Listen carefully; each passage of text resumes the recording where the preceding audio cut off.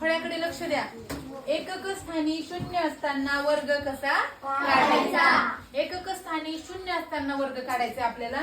तर पहा या संख्येच्या एकक स्थानी काय दिलेले बाळांनो? शून्य. संख्या कोणत्या आहेत एकक स्थानी शून्य असणाऱ्या?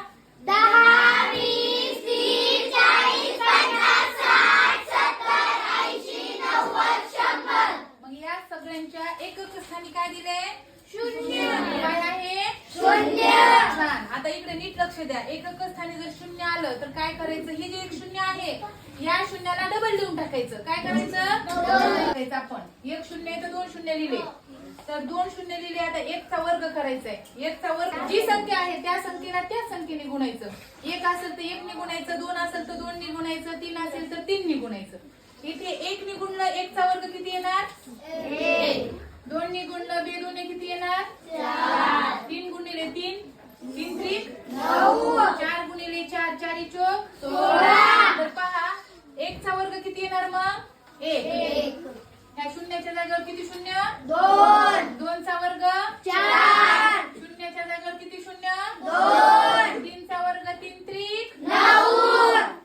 ह्या शून्याच्या जागेवर आपण किती शून्य लिहिले? 2. चारचा वर्ग चारी चोक 16. शून्याच्या जागेवर 2 शून्य, पाचा पाचा 25. शून्याच्या जागेवर 2 शून्य, किती शून्य? 2. सहाचा वर्ग 6 6 36. 2 शून्य लिहिले. साती साती 49. 2 शून्य लिहिले. आठी आठी 64. शून्याच्या जागेवर 2 शून्य लिहिले. 9 9 81. 2 शून्य लिहिले. 10चा वर्ग 10 10 100.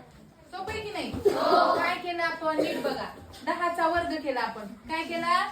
10चा वर्ग केला. म्हणजेच बघा शून्याच्या जागेवर 2 शून्य लिहिले आणि 1चा वर्ग किती? 1 केला. 2 शून्य लिहिले. 2चा वर्ग 4. 2चा वर्ग 4 म्हणजे 2 ने 2 ला गुणलं. 2 2 4. 2 शून्य लिहिले. 3 त्रिक 9.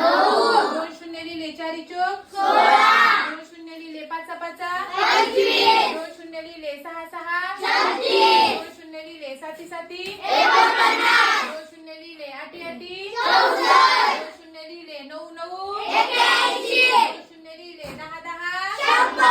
अशा प्रकारे एकक स्थानी शून्य असणाऱ्या संख्यांचा आपण वर्ग पाहिला. सगळ्यांना समजला? आणि वर्ग काढायची ही एकदम सोपी पद्धत आहे. ती तुमच्या लक्षात राहणार आहे. आनंदी क्लास